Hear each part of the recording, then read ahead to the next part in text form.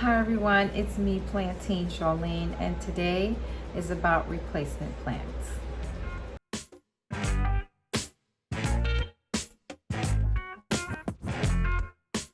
Okay, so as always, I want to give a shout out to all of my subscribers, including anyone who has liked, commented, clicked the bell to know when a new video is posted, or shared my video. I appreciate all of you. And also, before I move on to the plants, I wanted to say that I'm trying to set myself up to put out at least 2 to 3 videos a week. I haven't picked the days of the week as of yet, but you can look for at least 2 to 3 videos from me weekly, so click that bell to know when it has posted. First plant I want to show you that I wanted to replace is my Anthurium fingers. So you can see there's a major difference right between these two plants. And this was the original one. And when it arrived, it did look like this, but now it looks like this. And I received this one from Gabriella Plants. I purchased this replacement one from Soil Vibes. Yay, shout out. So again, this arrived looking like this. It started to drop its leaves. It wasn't growing good sized leaves anymore, and I decided to put it in leca. And though there is no roots coming out the bottom, the plant is still alive. That's always a plus. Now I will show you, like I said, no roots coming out the bottom, but there are a bunch of small little babies down there. I have moved it over into my IKEA greenhouse, and it's closer to the light. It's more like 6 inches away from the light versus when I originally had it on the shelves behind me, it was about 2 feet away from the light, if maybe more. And I took too long to swap it over into leca, but I think the leca is the reason why it's still alive, because I can see some of the I don't think it's roots. I don't want to call it roots. It's definite, but maybe it is. I don't know. Anyway, I'll try and show you guys what I'm talking about. I'll do a picture over so you can see what I'm saying. But this plant went through a lot of changes in that window of time. Now this happened, I'm gonna say, toward the end of the spring, maybe early summer, and I had decided that I would take the plant and put it in the leca and hope that I could help it survive so that it wouldn't lose its life, because I really like this plant a lot and find it to be so different. I don't really do that great with anthuriums, but this was one anthurium I knew I wanted to replace, and I'm happy that Soil Vibes did have it, and it's absolutely gorgeous to me. Now this name 5 fingers comes from, as you can see, there's 5 leaves on one stem, okay, and there's the split of like 5 fingers, and this one has 3, and the rest have not split yet. Now the plant doesn't have to be as mature as a Monstera deliciosa for the splits or the fenestrations for them. It's more like a Swiss cheese plant, aka the Monstera addisonii. It will eventually, they grow with the holes in it, right, in the leaves. As these leaves grow bigger, they will start to split. So this once looked like this, and this once looked like this. So I'm happy about that. Okay, that's a lot of shaking. That's a lot of shaking. And as I was saying that, I'm realizing that I have a Monstera leaf right here behind me. And let me show you something. So as you see, this leaf has no fenestrations in it, but it did get cut from a mature plant. So I'm expecting the fenestrations to happen. And then as you see, this leaf does. So I will be doing a video about my Monstera deliciosa because it was free. Tatiana, I got free plants. Give me a second, let me put this back. All right, so let's move on and talk about the soil. So this plant does like a well-draining soil, and it does like soil that has a lot of peat, because with peat, it holds the absorption, and the plant does like moist soil, and it will be, it'll receive its nutrients accordingly based on that peat soil. So with the absorption factor with peat, this plant will be very happy. I'm sorry, I'm messing with this dirt because it feels a little too wet to me. I think I kind of overwatered it when I tried to give it a shower the other day. And I think a little bit too much water got into the soil, but I'm just making sure that it's good, because I'd hate to kill one and I just got it. I recently just spoke about light. So as I noted before, my plant was too far from the light. It was about, the original one was about 2 to 3 feet away from the light, and therefore the leaves started to drop, and this is the end result with these tiny leaves. But since I moved it into the greenhouse, this first leaf here did grow. It's not big, but it did grow compared to the size it was. I'm happy to see that. Okay, watering. As I noted about the soil, this plant likes to keep a moist soil, and so you don't want to let this plant dry completely out. You're gonna get browning on the leaves. You see here, see the little tip there was a little brown.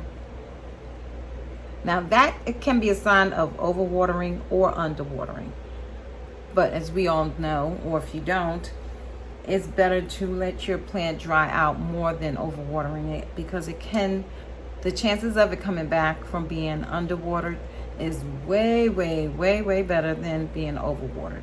It's hard to get roots that are basically being drowned to make a comeback, if you get my point. Humidity. Now I pointed out that this little dry tip here could be from underwatering or overwatering. It also can be from the low humidity. This plant likes high humidity, over 50% for sure. You actually don't even want to go under 60 with this plant. It does like high humidity. I tend to keep the humidity in my home. I get a big pot of water, and I mean a big pot of water, and I put it on the stove, and I let the water boil, and then once it's boiling, I'll turn the fire down to a medium low, and that humidity from the evaporation going off from the water boiling goes out into the air, keeps my apartment at about 60% humidity on average. So it comes to the living room and in the kitchen, where I have basically majority of my plants between those two rooms, and I'm very happy. I have a humidity hygrometer that I keep in the hall here behind me on this wall, and I'm going to show you guys. Okay, so it's a little hurt because it was water damage, but the top number is the humidity, and it's about 51%. The highest it's been is 52, and the lowest, it hurt me, and the lowest it's been is 33. I do have fans, a fan in my living room, and I usually have a fan in the kitchen to blow it around, but I haven't had the fan in the kitchen for a few days, so that's why this number, it just went up to 53. Yay. Because I don't know why, but who cares? I usually have the fan spinning in the kitchen to keep the air circulation going, but like I said, on average though, it's about 60. Okay, temperature for this plant, it likes warm spaces. So about an average of 70 degrees. So nothing lower than say 55. It doesn't need to be in a 90-degree temperature room. But like I said, on average about 70 degrees. It does like warm temperatures. It is native to Mexico. So if you ever been to Mexico, you know that the weather there is very beautiful pretty much all year round. And this plant needs to be, the temperature in the room should be mimicked as much as possible. Propagation. So this plant, you want to make sure you have on something to protect your skin, because you can cut this plant and the sap, if you want to call it that, that comes from this plant doesn't have to be a milky looking sap. It can be clear sap. Can irritate the skin, so be careful. You want to take a cutting that has at least 2 stems on it, and then you want to make sure you clean the, well, not clean, but like use cinnamon on the cutting so that there is no type of bacteria that can get up into the plant through that cutting, and then put that into the soil. Cinnamon is very good for helping your plant root and move on to being able to be its own plant. And it's also good for fungus. So cinnamon has a lot of purposes. It's good for us humans as well. So if you should propagate this plant, you want to take 2 cuttings. You want to take a stem that has, you want to take a cutting that has 2 stems on it. And then there you go. Okay? Growth. This plant will grow quickly and nicely for you if you give it the right kind of conditions. So the soil, the lighting, the humidity, the watering, the fertilizer, all of those things combined, and this plant will grow nicely for you. And though mine is not huge, I think by the spring, I think I can show you guys a nice size plant. And note that though I'm showing that this one has 5 fingers, it can have more than that. It can have way more than that. And I'll try and insert a picture where you guys can see that the fingers can be 10 fingers, whatever, not like 20 fingers, but it can be, it can be more than 5 fingers. So don't limit it to just, I got the hiccups, to 5. And last but not least, fertilizer. You can give this basic, well-balanced liquid fertilizer. I have not fertilized this yet because I just received it not that long ago. And if I do, I'm not going to say I've never fertilized my plants during the winter time, but I diluted a lot, a whole lot. And a few years back, I got more into the hemp or fish fertilizer. You also have the option of mixing some worm castings on the top of the soil and kind of mixing it in, or basic, like I said, liquid fertilizer. The fertilizer, I have another fertilizer that I just started using last year, and I do like it, but I think I'm going to go back to the fish and hemp. The thing about the fish and hemp, it stinks like a lot, and I mean like BO stink, but it works, and it works really well. And I think when I got away from that, that's when I started to have more of a mealy bug problem that I'm having a hard time fighting, because I did spray the plants with it sometimes. It was suggested to spray the plants with it because it helps with I almost made like a tea. What do you call that tea? Oh gosh, I can't remember the tea, but I'm gonna go back to it for this spring and summer and see how things work out. All right, I'm moving on to the second plant, and that is my string of turtles. Now, I purchased this plant originally about 3 or 4 years ago. It was in about a 5 or 6 inch pot. It grew nicely, and I don't know what went wrong. If I have a video of it, I'll try and put it in here, but I'm just going to take my time and not overthink what I did wrong the first time.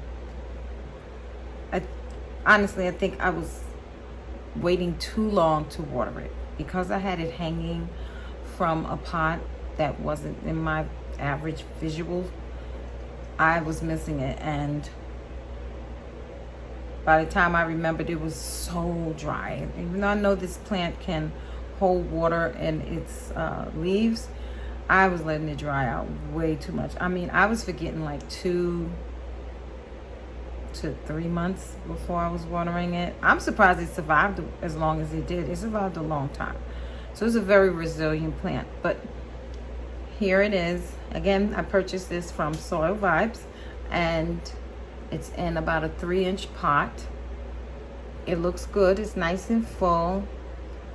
You can see those beautiful leaves. This plant appreciates some nice, bright, and direct light. So if it's not getting the light up here, it will start to thin out. But as you see, the spacing between each leaf is not that far apart. They're pretty close together. That means that this plant is getting adequate light. Once it starts to get less and less light, you're going to start to see more space from one leaf to the next. So I'm not going to put that, I can't show you that on this plant because it's doing well as far as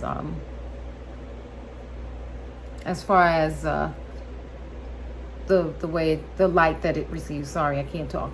So as you see those little lines, little green lines, there's a bunch of new growth coming.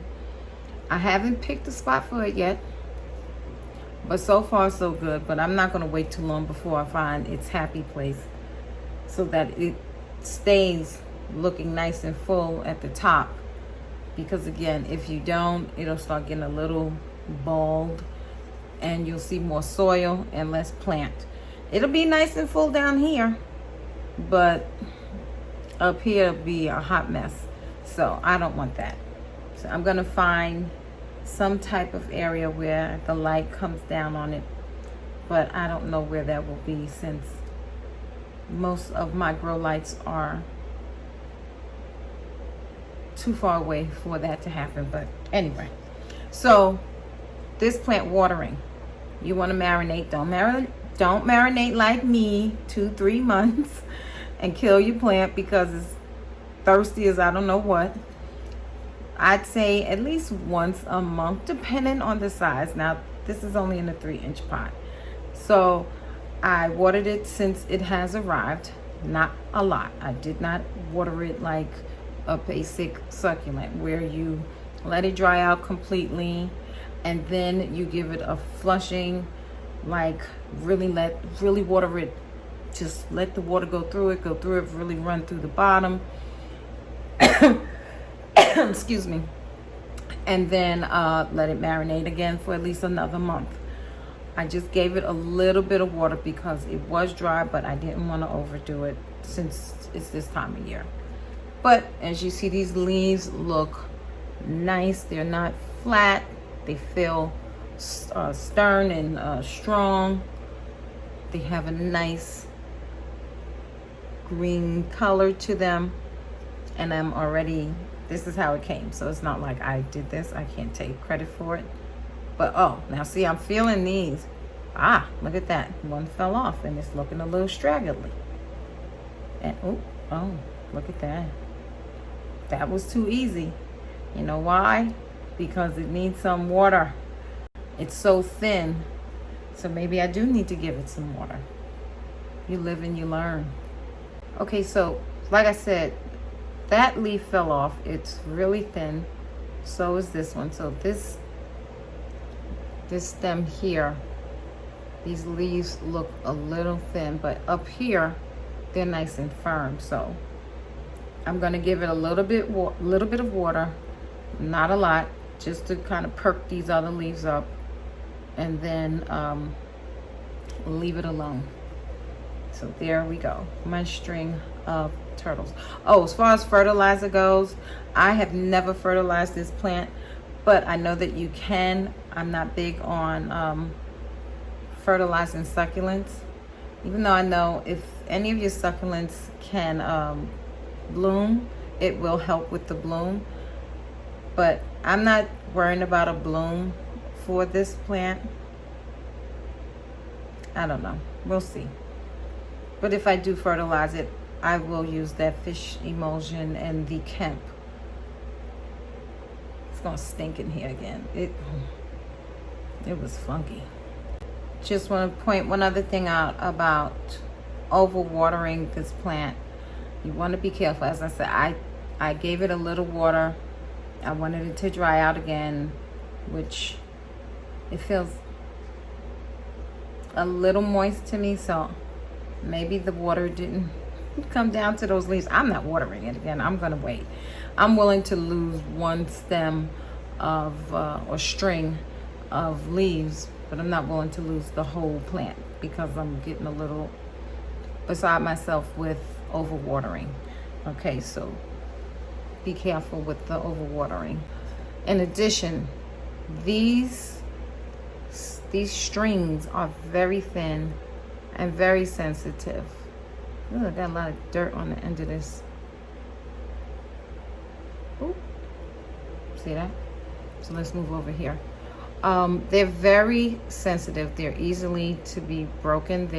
I don't mean sensitive. They're very fragile.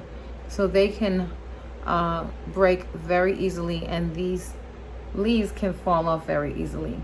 Not as easy as the burro's tail, which you look at that one too long and you'll see, bing, one of the daggone leaves and fell off. This one's a little bit more sturdy. It's more sturdy like a string of hearts. So, but just be very careful about how you handle this plant, because if it should get tangled, ooh, I wouldn't want to be you.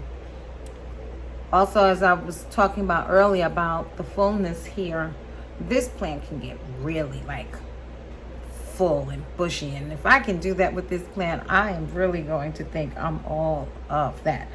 But as I put this leaf down, I noticed that it does have, can you guys see that? It has a little stem on it. So let's talk about that. I'm gonna stick this right back in the dirt, and this could grow again. So as long as I get that stem in there, it may not be long enough, but hey, it doesn't hurt, right? I'd rather it die in here than me just throw it out and not give it a chance to become another stem or a string. So that was a quick propagation lesson. This plant is not known for having a lot of pest issues, but it could. Possibly mealybugs. I don't know all the pests for this plant because I did not have a pest issue with my first one, including the Anthurium. I did not have a pest issue, so I'm not aware of any pests. But between mealybugs and thrips and spider mites, they seem to be the three top common pain in the butt pests to plants. Okay, so just keep that in mind. I do spray my plants. I don't care if they don't have pests known.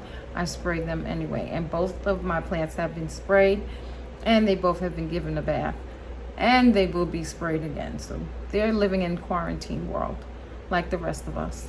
I think I might have made an issue about the light. It does like bright light, but bright indirect light. So correction. This plant too, if given the proper light, will grow for you quickly, because like any plant, I think, well, if it's a slow grower, it's a slow grower, but this is not a slow growing plant. So if you give it the right conditions, it will grow nicely for you. So just remember that.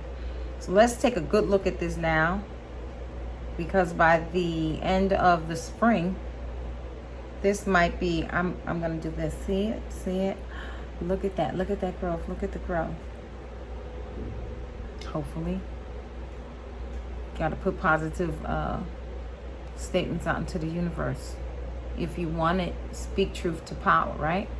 There you go. This plant will grow nicely. Thank you. All right, guys, that is it. That is it. Those are my 2 replacement plants so far for 2021. And though I have wish list plants that are coming further down the line, as long as those numbers go down. And I am wishing, as always, everyone to stay safe, stay healthy, keep planting. God bless you all. Don't forget to subscribe, and no pressure. Bye.